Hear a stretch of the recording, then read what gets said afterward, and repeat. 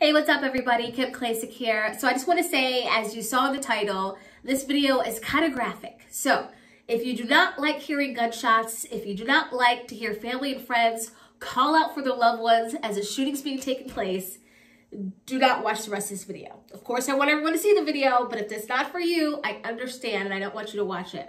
Unfortunately, over the very first weekend in May in Baltimore City, there was a shooting. It was actually a mass shooting, but you didn't hear about it on national news. Now, we always wonder why that is, because in Baltimore City, in Chicago, and St. Louis, there are lots of mass shootings if you were to basically define mass shootings as the media does, which means 5 people or more have been shot.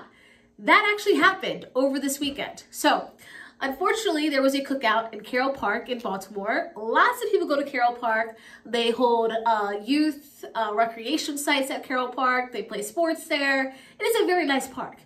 So unfortunately, at this cookout, there were people that decided that they were going to load their weapons. And over 70 shell cases were found after this shooting. Now, again, if this video is what you would consider disturbing because you hear so much gunfire, do not watch this part, but I'm going to go ahead and show you what was taken at the scene. Take a look. Where the fuck are y'all? Where the fuck are y'all? Oh my God, where is Fred? Where's Roxanna? Where the fuck is Fred? Come on, Janelle. You going to the gunshot? Man, you going to the gunshot? I've been told you call Fred, I'm telling Fred ass over me. Oh my!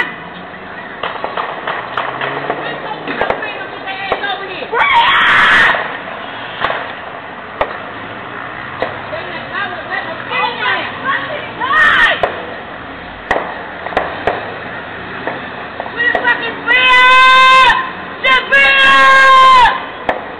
Now, that is absolutely heartbreaking, right?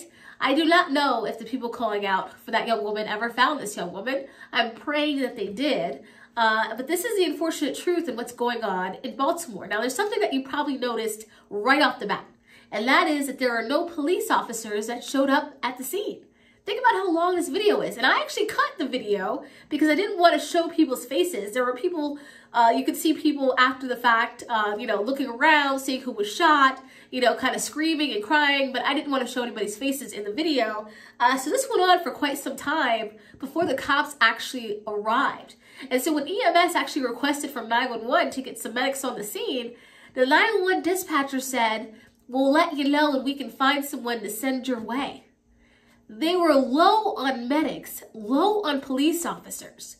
This is what's happening. This conversation about defunding the police, vilifying our first responders that, respond to these scenes.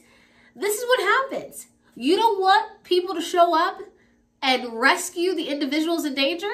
Then people won't show up and rescue the individuals in danger. Right now, if you're a cop, would you even want to be in this crowd, right? God forbid a white police officer shows up and shoots a black person that's actually shooting into this crowd. He will be vilified immediately. So I'm sure that many did not even want to show up even when they got the call. This is a problem with this conversation that we're having about police. We have to be honest and logical. We'll see what the commissioner, the mayor, and everyone else in charge in Baltimore says about this. Thus far, no one's speaking up. Not shocking.